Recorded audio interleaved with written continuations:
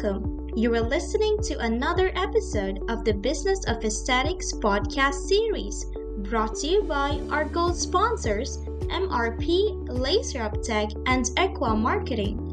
We also want to thank our silver sponsors, Lendiola, Eyelid Works, and Pronox. If you would like to network and share your experience with our podcast guests and other aesthetic industry professionals, join our Facebook or LinkedIn communities by searching for Business of Aesthetics. Today we're going to be speaking with one of the finest experts in aesthetics. Get ready for an extraordinary opportunity. You're invited to join our exclusive monthly webinar, brought to you by the Aesthetic Institute and the Business of Aesthetics community. Don't let this chance slip through your fingers. Secure your spot now for a game-changing experience. Explore the details on our homepage at www.businessaesthetics.org and get set to transform your strategies.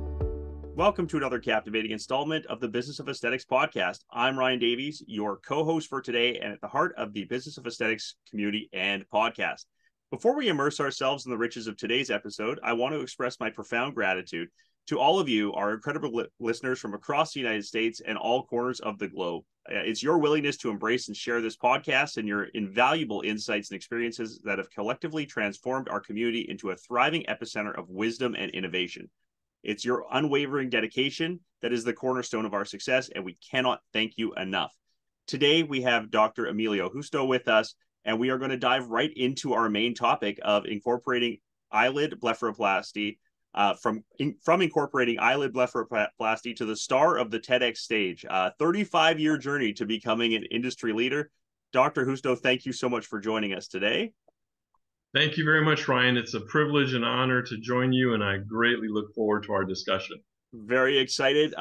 Dr. Justo is a highly respected, revered figure in the fields of cosmetic surgery and ophthalmology, career spanning over 35 years. He's left an indelible mark on the medical landscape. In 1989, he founded the Arizona Eye Institute and Cosmetic Laser Center, which is an institution renowned for excellence in eye care and cosmetic surgery. Initially trained as an ophthalmologist, wanted to expand beyond those borders, and driven by an insatiable thirst for knowledge and mastery, he has expanded his horizons to become a plastic surgeon as well, mastering a range of transformative procedures with state-of-the-art technologies, and has a reputation as Phoenix area's premier cosmetic and ocular surgeon. He has state-of-the-art facilities in Sun City West, Sun City, and Wickenburg, and his incredible pioneering and hard work continues to impact and improve the lives of his patients. And we've also seen him go from there to the stage of the TEDx stage as a speaker, further solidifying his position as a key opinion leader and an industry expert. So thank you. I can't wait to jump in today. Thank you, Ryan. Appreciate it. It's an honor. A little bit of an intro about you. I mean, you're quite the revered figure in the fields of medical prowess and cosmetic surgery. You've been career spanning over 35 years. And you've left quite a mark on the medical landscape.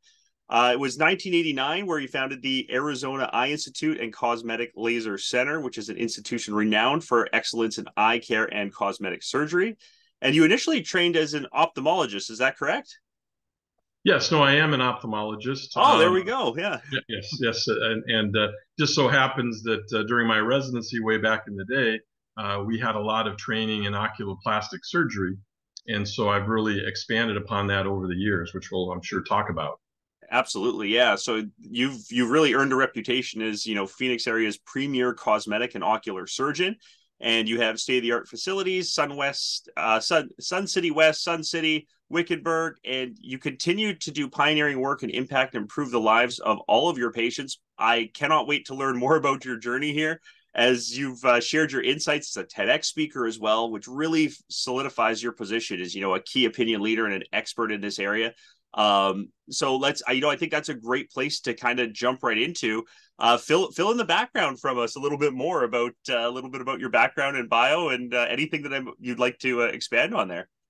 Well, sure, Ryan. Well, I have kind of a little bit of a unique background. I'm actually I'm actually a Cuban refugee who came to the United States at the age of 3 with my parents. And unlike most Cuban refugees who came via Miami, we actually fled via Mexico. And then with the help of church organizations back in the mid 1960s, we actually relocated to Gary, Indiana. I don't know if you've heard of Gary, Indiana, where the Jackson Five emanated from. 100%. I have family in South Bend, so we're Oh, right there you next go. door there. An hour up. Yeah, absolutely. Yeah, yeah. Well, let's not mention South Bend too much because that's Notre Dame country, I was and gonna say yeah, you know, very cool. and Yeah. after growing up in Indiana, I actually ended up going to the University of Michigan. So I was Oh, very, okay, there we go. Yeah, yeah, that's why we don't mention it. I got it. yeah. So get rid of Notre Dame. Even though I did love Notre Dame as a kid, but little did I know I'd go to University of Michigan. But I was extremely blessed and fortunate. I was selected 1 out of 10 nationwide applicants to get into the University of Michigan 6-year pre-medical medical program. So basically, my journey was rather quick. I graduated high school when I was 17, and then I completed the 6-year program, college and medical school. So I finished my MD degree at the age of 23. And then I did my 4 years of residency at Washington, D.C. for ophthalmology. And so basically at the age of 27, I moved across country to Arizona because of the weather and the palm trees and the blue skies.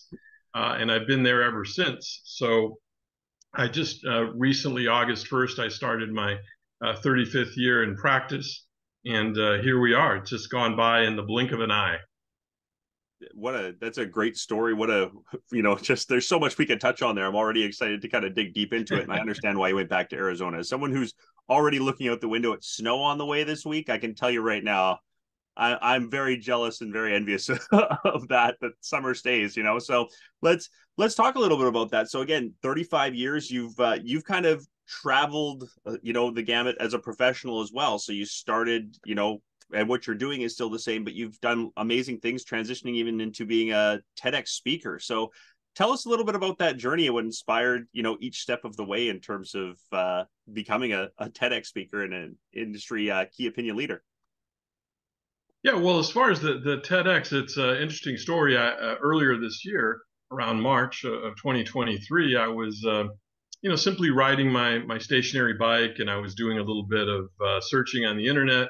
And as is commonly the case, you get these little internet commercials, infomercials. So I got this like YouTube infomercial, and it happened to be from this thought leader organization headed by Taylor Conroy, and basically talking about doing a TEDx talk. And that was always in the back of my mind because I've always enjoyed those TED Talks. But truly, in my past career, it's just been so so time consuming that it's hard to find the time to do those things. But at this stage of the game, I thought, gosh, I'm going to be all in on this. So I joined this community, which is really a phenomenal community. I can't say enough about it. And their whole mission is to educate and help train the members to not only come up with a TEDx talk and write one, but also how to apply for them, and just takes you right through the process, which is a very, very time-intensive process. So I basically started this process. The way they teach it is that you actually go through the application phase early on. So you come up with an idea, they give you a template of frequently asked questions, which you kind of fill out. Then you start applying, and each TEDx event is independently organized, so their applications are a little bit different. There's about 1,500 TEDx organizations across the world, and this application process is very time intensive, and I would be doing it on the weekends. And so through the course of April, May, and June, I basically submitted 87 applications, and that's a lot. But the reason I did so is that we were told through Thought Leader that on average, it takes between 90 to 100 applications to be accepted for a TEDx talk. So I completed 87. And then come July 1st, it was time for my family and I to go on our annual summer vacation. And this year, we chose to go to Western Canada, opposite of where you are, Ryan. And so we're traveling throughout Western Canada. And on July 5th, we're sitting in Banff, Alberta, and having lunch with our tour guide. And I get a phone call. And the phone call is basically inviting me to this TEDx Cherry Creek HS event, which is basically outside of Denver. But it's August 12th, and here it is July 5th. We still have another week of vacation to go. And so, of course, I immediately agreed to present. But now the challenge was that I only had 4 weeks, and I had 4 weeks to write the talk, to prepare the talk, to practice the talk, to memorize the talk, and then to deliver the talk. So it was kind of quite the rush. But we were very fortunate because this TEDx event was super well organized, and they actually assigned a speaker coach to the group. And so on weekends, we would have Zoom meetings with the 12 speakers, and the speaker coach would really help us navigate through our talk and make little edits and things like that. And it was extremely helpful.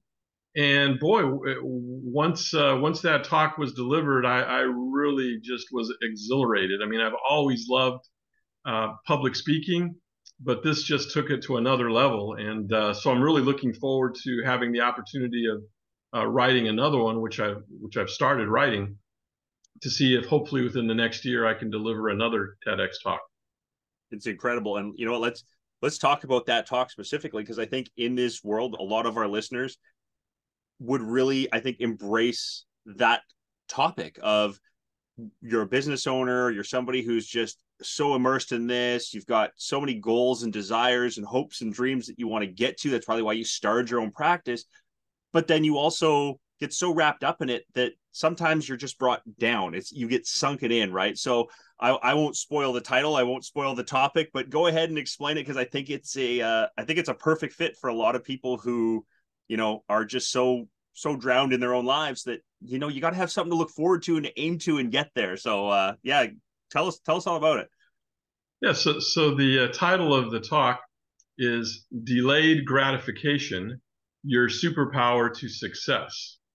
And I've always, you know, throughout my life, in the back of my mind, I've always preached to myself and to others that really my success as I've gone through my life is based upon a triad. And that triad has been, number one, self-discipline, number two, perseverance and resilience, and number three is delayed gratification. And being a Cuban refugee, that was really just ingrained in me. It was part of my life. You know, we really didn't have much in the way of material things. All I had was the tremendous love and support of my parents. So that really hit home with me. And then now, more recently, as my wife and I have three beautiful children, ages 12, 16, and 19, it's been really more at the top of my mind because, you know, especially the older kids, initially, I think I did a very poor job teaching them the delayed gratification, because my delayed gratification has now become manifest into true gratification now that I've achieved a certain level of success. And, you know, we travel the world. You know, our young kids have been traveling the world since a very, very young age, even as infants, you know, and have beautiful material things. But I didn't have that growing up. And so our kids now, unfortunately or unfortunately, they've had wonderful experiences. But the downside is that they received a lot of instant gratification, which I didn't have. And it's hard to pull that back. So I'm really trying hard to teach them that really you have to earn what you get. Nothing is really handed to you on a silver platter. You have to have that fire in the belly. You have to work hard. You have to achieve, and you have to show your success. You can't just, you know, talk the talk. You have to walk the walk. And so that really was kind of the impetus behind me giving this talk on delayed gratification. I want to leave it kind of as a legacy to my children, maybe someday grandchildren, et cetera.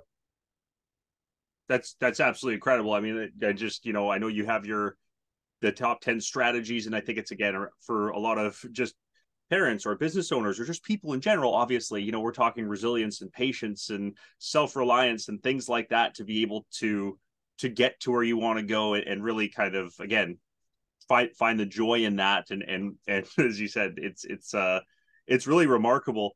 So with that, let's talk about how that all fit into, like, how this came to be out of your medical journey, out of your career, right? So you started, just, I'm not even going to put words in your mouth. Tell me about the growth of your practice, of your medical achievements, and sort of where maybe you had a couple turning points, good or bad, Sure. that led to this. This is great.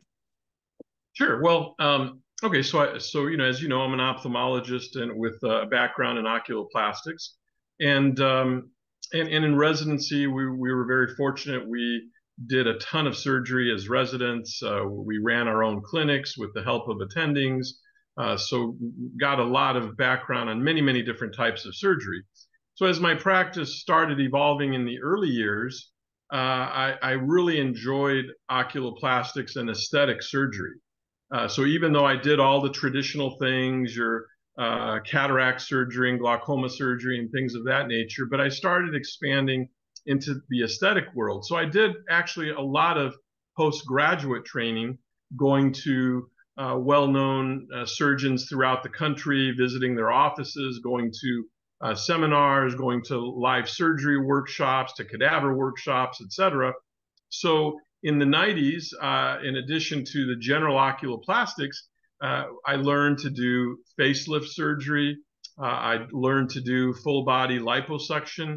I actually trained with Jeff Klein, who's known to be the inventor of tumescent liposuction. I learned endoscopic brow lift. So we were doing a whole bunch of things that really are traditionally not considered part of ophthalmology. In addition, when I opened our Sun City West office in 1999, 10 years after starting practice, we opened it with two things in mind. Number one, we have our own state licensed, Medicare certified, fully accredited ambulatory surgery center inside that building. And in addition, we also have what you might call like a bit of a med spa where we have a certified aesthetic laser nurse and do all the non-invasive, non-surgical treatments, you know, your injectables, your skin care, your chemical peels, your microdermabrasion, sclerotherapy for spider veins. I mean, you name it. So it started evolving that way. So for many years, I was very busy doing those things. In the mid-90s, you may or may not recall that that's around the time when the CO2 laser started coming out. And a lot of practices across the country were talking about doing laser skin resurfacing. So that piqued my interest. And again, I went out and watched procedures at other offices. I spent time with Fitzpatrick and Goldberg in Southern California. And I really liked the CO2 laser. So I brought it into our practice around 1996 or so. And at the same time of doing laser resurfacing, I converted all of my blepharoplasties to CO2 laser blepharoplasties, which was tremendous. And so not just for the upper eyelids, but also for the lower eyelids, using, you know, internal transconjunctival incisions with the CO2 laser, you know, at the end of the case, doing a little periocular laser resurfacing. So that was really the turning point, because somehow insidiously over the years, and our practice has never been a high marketing practice. I mean, we've not really done a lot from an external marketing. It's pretty much been internal marketing. But ever since we started doing the CO2 laser, you know, patients love it. And you know, I must say that hearing the term laser, right, from a patient perspective, you know, bells and whistles go off. There's just something that attracts them when they hear that term laser. And so very insidiously over the years, I mean, we've developed such a following. It's hard for me to even gauge and believe, because we have patients traveling in from out of state, from all over Arizona. We had a patient about 6 or 7 years ago who came in from Finland. It took about 6 months. She found me on the internet, and then we had a communication that went on for about 6 months, and then she came in from Finland to have surgery. we have this incredible following from flight attendants, particularly American Airlines, going all the way back to when American Airlines first was America West, and then they were bought out by U.S. Airways, and then U.S. Airways was bought out by American Airlines. And I've probably done a couple hundred blepharoplasties on flight attendants over the years.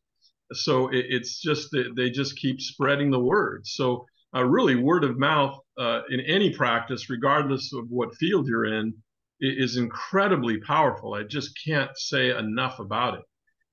And so that CO2 laser to this day has really been the peak of our practice. And of course, I do a lot of advanced refractive cataract surgery, which is not really related to our subject matter today. But now, as I've gotten a little bit older, I've pulled back. A few years ago, I just decided to step away from facelifts and liposuction, and I do primarily oculoplastics, focusing on blepharoplasty, endoscopic brow lifts, kind of the shorter procedures that I can do, in 30 to 60 minutes, as opposed to the procedures that may take, 3 or 4 hours. So that's just been an evolution. As I get a little bit older, I've become more selective in terms of what I do. I'm not trying to be the hero to everyone. I just want to do what I enjoy doing, and what I know I can do repeatedly and give results on a consistent basis. I think, there's so much to touch on there. There's so many great things that people could take away from that, or listeners can take away from that. Things like, again, find your niche, find what you enjoy doing. You don't have to do everything. You don't have to be the, right, for lack of a better term, the Walmart or the Costco of this type of stuff, where you go there and you can get everything, right? If you want to do that, that's one thing, that's fine. But there's a certain joy in being able to say, this is what I love doing. This is what I do so well. And then also, one of the things that jumped out on me was, as you said, you are able to market globally now because of that, because you've had that journey, because you've put that effort and that strategy into it. I hear so many times from people, well, I only want to market to my little neck of the woods because that's all who's going to see me. I got a 10-mile radius and I'm good, right? And you shake your head saying, that can't be the case, because if you do something so well and you put it out there for people to see and enjoy it and experience it, they are going to make the trip. Finland is literally halfway around the world, I think, for you at that stage. So that really encompasses that. And, just let's briefly, I just want to touch over there.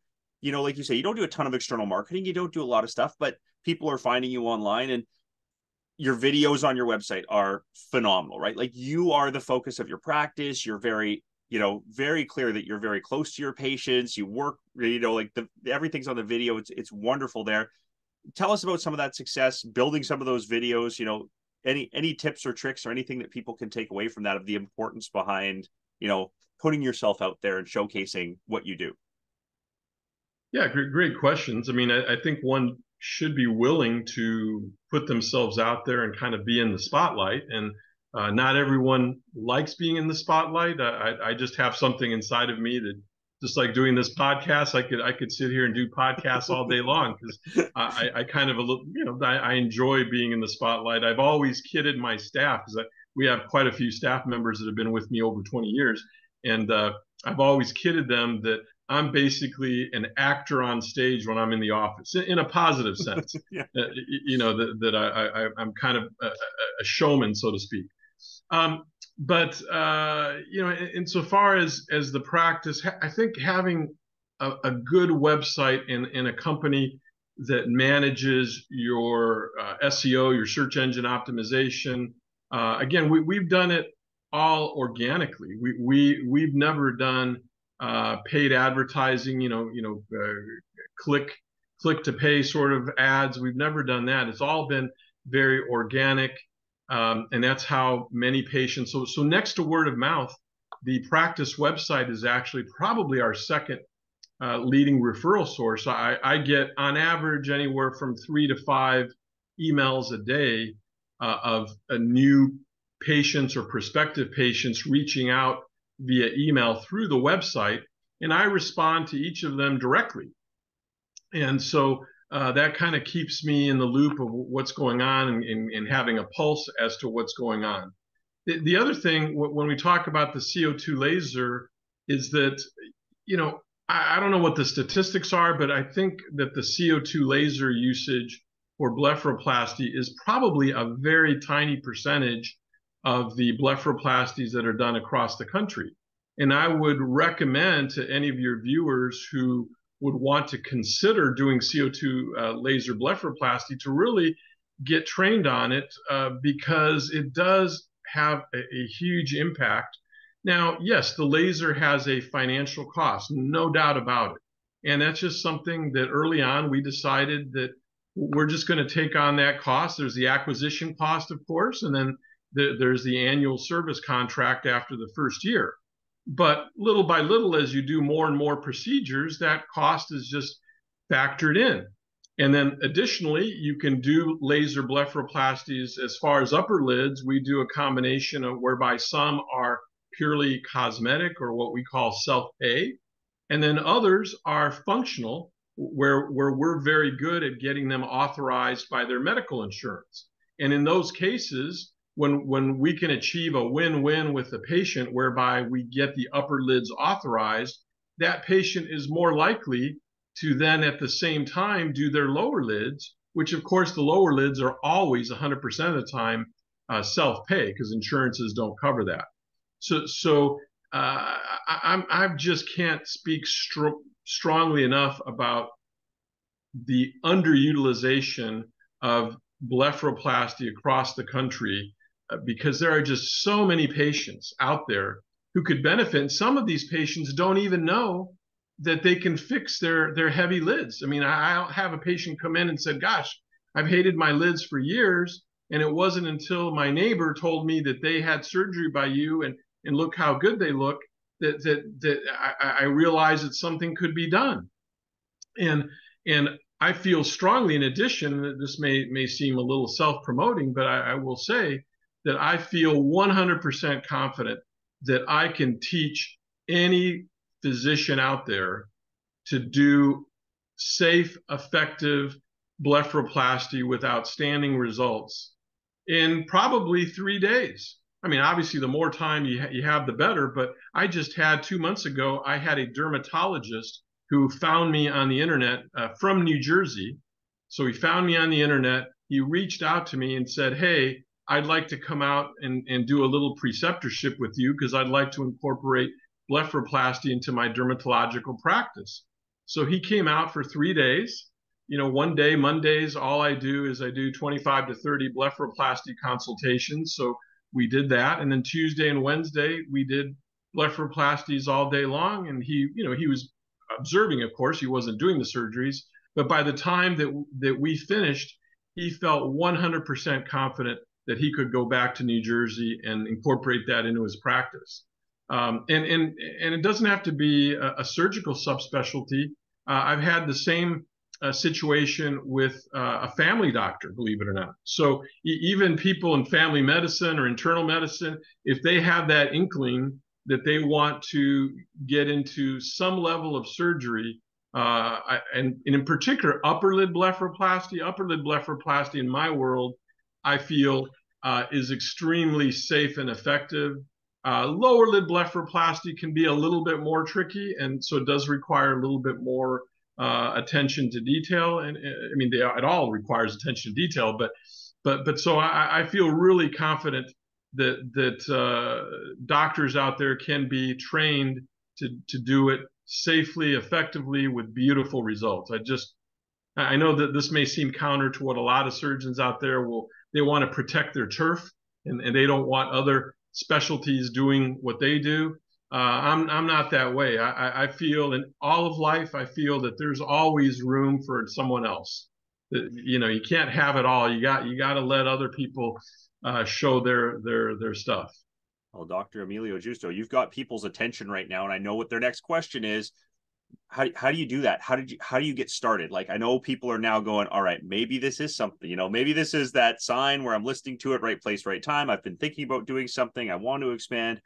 What's the first, like, if you were to coach somebody for that first step, what is that first step? How do they get kind of make that transition into this or bring this into their practice?